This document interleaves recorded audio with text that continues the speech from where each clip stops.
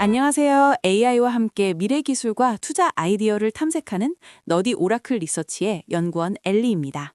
안녕하세요. 기술을 데이터로 파고드는 누구일까입니다.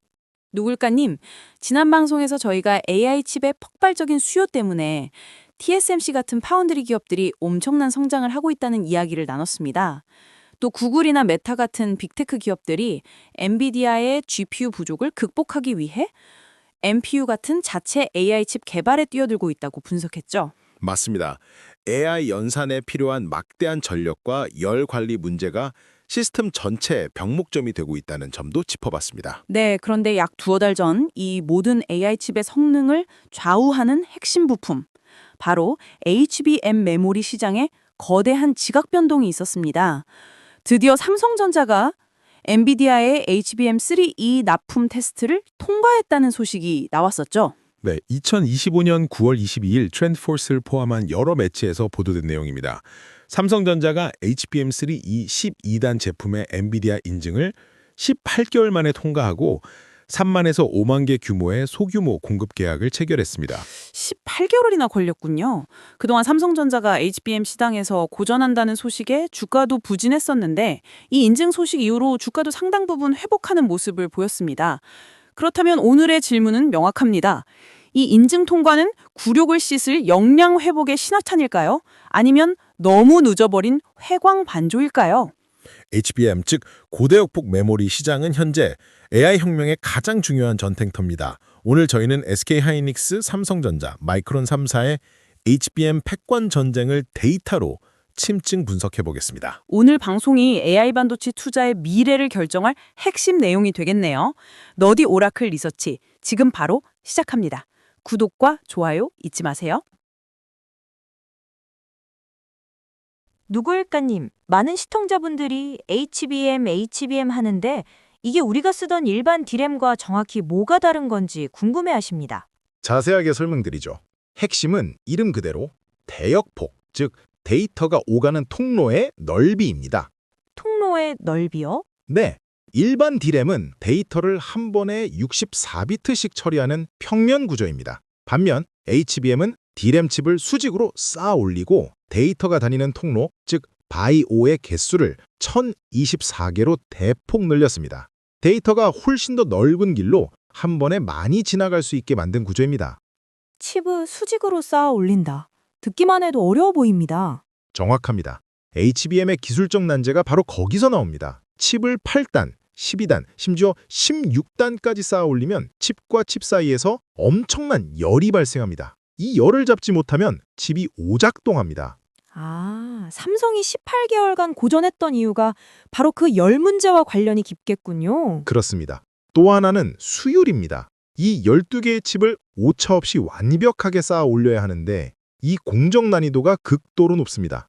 SK하이닉스가 현재 이 분야에서 앞서가는 이유가 MRMUF라는 독자적인 패키징 기술로 열을 잡고 70% 이상의 안정적인 수율을 확보했기 때문입니다. 기술력이 정말 중요한 시장이군요.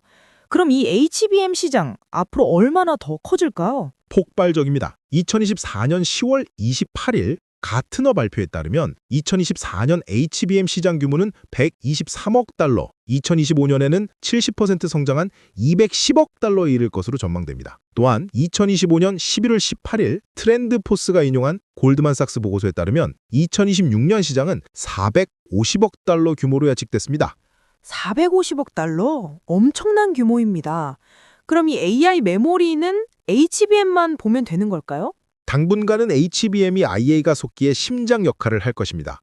로드맵을 보면 AI 수요 때문에 세대 교체 주기가 2년에서 1년으로 단축됐습니다. 지금 주력인 5세대 HBM3E 다음으로 2026년에는 6세대 HBM4가, 2029년에는 HBM5가 출시될 예정입니다. 2025년 11월 3일 SK AI 서밋에서 언급된 내용입니다. 2026년 HBM4가 바로 다음 격전지군요. 맞습니다. 그리고 HBM과는 다른 축이 하나 더 있습니다. 바로 CXL입니다. CXL은 또 무엇인가요? CXL, 즉 컴퓨트 익스프레스 링크는 여러 서버가 메모리를 공유할 수 있게 만드는 새로운 인터페이스 기술입니다. HBM이 GPU에 1대1로 직접 연결된 초고속 전용 메모리라면 CXL은 여러 장치가 함께 접근하는 공용 메모리 풀을 만드는 기술이죠. HBM과 CXL 두 축을 모두 잡아야겠군요. 그럼 이 전쟁의 현재 승자 SK 하이닉스부터 분석해보죠. 누구일까님, SK 하이닉스 주가 정말 많이 올랐습니다. 너무 올랐잖아 라는 말이 절로 나오는데 지금 사도 될까요? 먼저 데이터를 보겠습니다. 2025년 9월 24일 어큐트 그룹 등이 발표한 2025년 2분기 시장 점유율을 보면 SK 하이닉스가 62%로 압도적인 1위입니다. 현재의 최강자라는 것은 이견이 없습니다. 62%.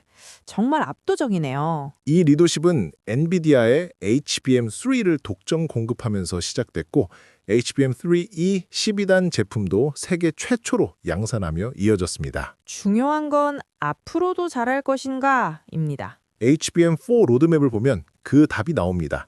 SK 하이닉스는 2025년 9월 12일 보도자료를 통해 HBM4 개발을 완료했다고 발표했습니다. 더 중요한 것은 2025년 4분기부터 엔비디아의 차세대 루빈 GPU용 HBM4 출하를 시작한다는 점입니다. 4분기 출하요? 경쟁사들은 이제 샘플 이야기하는데 벌써 양산품을 출하한다고요? 그렇습니다. 2025년 10월 29일 조선비즈 보도에 따르면 SK 하이닉스는 이미 2026년 HBM 공급 계약을 주요 고객사, 즉 엔비디아와 완료했습니다. 심지어 2025년 10월 31일자 일부 보도에서는 HBM4 가격을 HBM3E 대비 50% 이상 인상하여 계약한 것으로 알려졌습니다. 2026년 물량까지 완판이라니 독점이네요.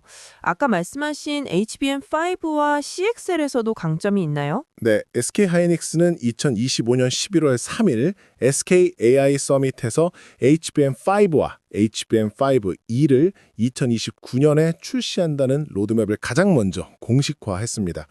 또한 CXL 분야에서도 2025년 4월 23일 CXL 2.0 메모리 고객사 검증을 완료하며 AI 시대의 토탈 메모리 솔루션 기업으로 나아가고 있습니다. 완벽해 보이는데 리스크는 없습니까? 역설적이게도 최대 고객인 엔비디아가 가장 큰 리스크입니다. 엔비디아는 SK 하이닉스에 대한 HBM 의존도가 80에서 90%에 달하자 의료적으로 공급망 다변화를 추진하고 있습니다. 2025년 10월 18일자 골드만삭스 보고서에서도 이 점을 지적했습니다. 아, 그래서 18시간이나 걸린 삼성의 HBM3E를 기다려준 거군요. 맞습니다. 2026년부터 SK 하이닉스의 독점은 깨질 것입니다. 하지만 기술 선점 효과가 워낙 강력합니다. SK 하이닉스에 대한 저희의 투자 의견은 적극 매수입니다. 2025년 11월 기준 주가 수익 성장 비율, 즉 패그 비율이 0.26배 수준으로 극심한 저평가 상태입니다. 2026년까지의 독보적인 HBM4 공급 실적이 반영되면 추가 상승 여력은 충분합니다. 자, 드디어 오늘의 주인공 삼성전자입니다. 2024년 41% 점유율에서 2025년 2분기 17%로 추락했습니다. 3위가 된 삼성이 과연 1위로 복귀할 수 있을까요? HBM3E 시장은 이미 늦었다고 봐야 합니다. 2026년에는 HBM3E 가격이 10에서 30% 하락할 것이라는 전망이 나옵니다.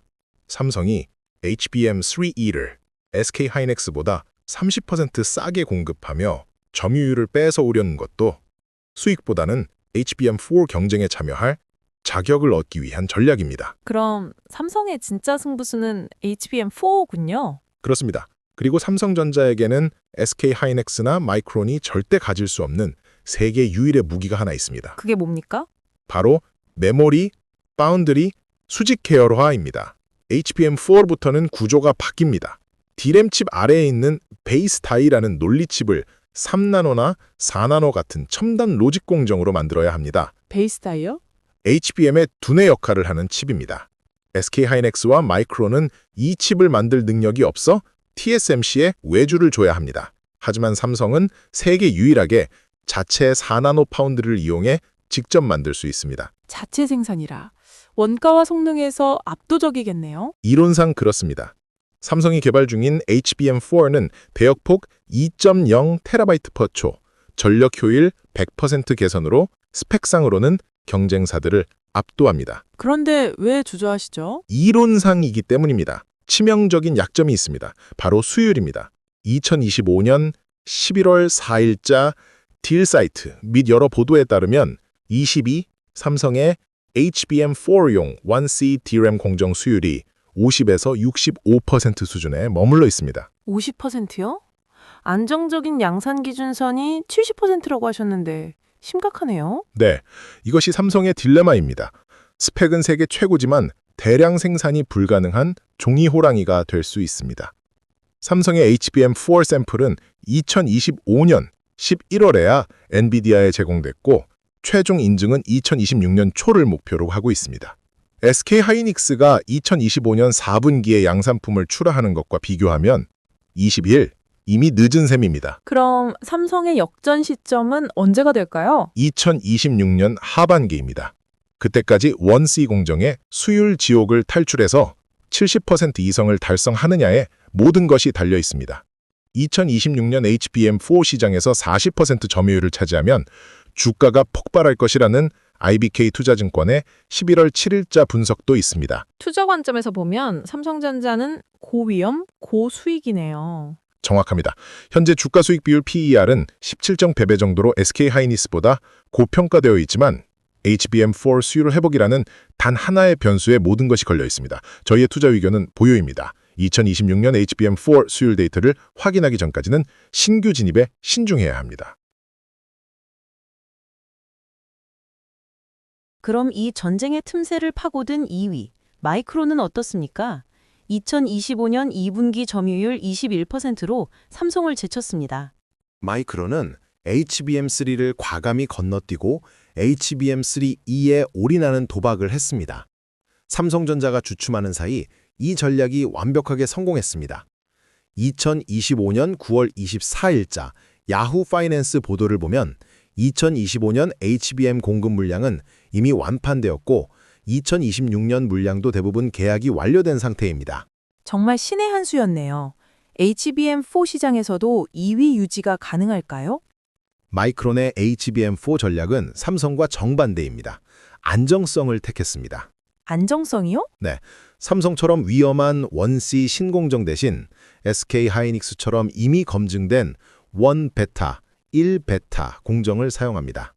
2025년 6월 10일자 마이크론 보도 자료를 통해 이미 12단 HBM4 샘플을 고객사에 출하했다고 발표했습니다. 스펙은 좀 낮아도 70%의 안정적인 수율을 먼저 확보하겠다는 거군요. 맞습니다. 엔비디아 입장에서는 스펙만 좋은 삼성보다 안정적으로 대량 공급되는 마이크론이 더 매력적일 수 있습니다. 마이크론의 약점은 없나요?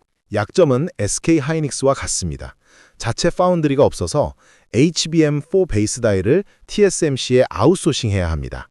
또한 2025년 11월 4일자 매일경제 보도에 따르면 마이크론이 엔비디아 루빈 GPU가 요구하는 10GBps 이상의 까다로운 성능 기준을 맞추는데 고전하고 있다는 분석도 나옵니다. 투자 의견은 어떻습니까? 마이크론은 2025년 8월 28일 기준 주가 수익 성장 비율이 0.15배로 3사 중 가장 낮아 저평가 매력이 있습니다. 2026년 HBM4 시장에서도 안정적인 2위 수성이 가능하다고 봅니다. 투자 의견은 매수입니다. 잘 들었습니다. 그럼 3사의 역량을 숫자로 한눈에 비교해 볼까요? HBM4 기준으로 기술 스펙은 삼성이 1위입니다.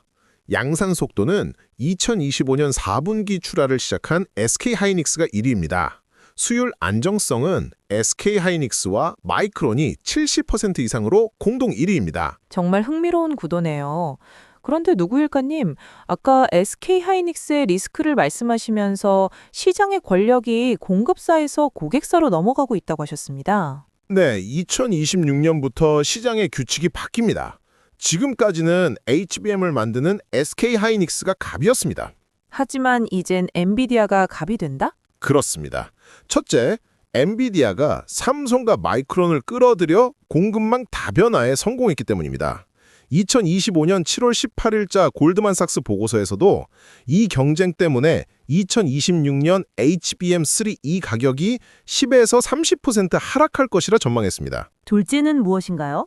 2027년부터 엔비디아가 HBM4의 베이스 다이를 직접 설계하는 방안을 추진 중입니다. 2023년 11월 29일자 트렌드포스 보도에서도 HBM4의 커스터마이징 가능성을 언급했습니다. 이게 현실화되면 3사 모두 엔비디아의 설계도대로 메모리를 쌓아 올리는 하청 공장으로 전락할 수 있습니다. 3사 모두에게 가장 큰 장기 리스크입니다. 정말 큰 변화네요. 그럼 이 복잡한 시장, 우리는 어떻게 투자해야 할까요? SK하이닉스, 삼성전자, 마이크론의 직접 투자도 가능하고 국내 상장 ETF인 플러스 글로벌 HBM 반도체나 에이스 AI 반도체 포커스 등을 활용할 수도 있습니다. 2025년 10월 30일자 이투데이와 11월 5일자 매일경제 보도에서 이 ETF들이 언급된 바 있습니다. 투자 성향별 포트폴리오를 제안해 주신다면요? 보수형 투자자는 1위 SK하이닉스 60%, 삼성 30%, 마이크론 10% 비중을 추천합니다. 공격형 투자자, 즉 시장 재편에 베팅한다면 마이크론 비중을 40%로 늘리고 SK하이닉스를 30%로 줄이는 전략을 고려할 수 있습니다. 마지막으로 투자자들이 2026년까지 매달 확인해야 할 대시보드 지표를 꼽아주시죠. 4가지입니다. 첫째, HBM3E 가격 추이입니다. 30% 이상 폭락하면 공급 과잉 신호이니 비중을 축소해야 합니다. 둘째, 삼성전자의 HBM4 수율입니다. 70%를 넘기는 순간이 삼성의 본격적 반격 시점입니다. 셋째, 분기별 엔비디아 공급 물량 배분입니다. HBM4 경쟁의 최종 성적표입니다. 넷째, 엔비디아의 자체 베이스다이 설비 공식화 여부입니다. 이 뉴스가 나오면 즉시 전 포지션을 재검토해야 합니다. 네, 오늘 HBM 3사의 패권 전쟁 정말 깊이 있게 분석해 봤습니다. 누구일까님 마지막으로 투자 관점에서 요약 정리를 부탁드립니다. 2026년 HBM 사전쟁의 핵심 변수는 삼성의 수율입니다. 첫째, SK하이닉스는 현재의 왕이자 2026년에도 가장 확실한 안전자산입니다. 적극 매수 의견을 유리합니다. 둘째, 삼성전자는 수율 회복에 모든 것을 건 고위험 고수익 자산입니다. 2026년 1분기 수율 데이터를 확인하기 전까지 보유 의견입니다. 셋째, 마이크론은 삼성의 위기를 기회로 만든 안정적인 2위입니다. 매수 의견입니다. 네, 결국 2026년 엔비디아가 3사의 HBM4 인증을 끝내고 누구에게 물량을 얼마나 배분하는지가 3사의 운명을 결정하겠네요. 맞습니다. 저희는 그 변동점의 데이터를 계속 추적 분석하겠습니다. 네, AI 혁신의 심장, HBM 패권 전쟁의 최종 승자는 누가 될까요? 저희 너디오라클 리서치와 함께 그 답을 찾아가시죠. 오늘 방송이 유익하셨다면 구독과 좋아요, 알림 설정까지 부탁드립니다. 감사합니다. 감사합니다.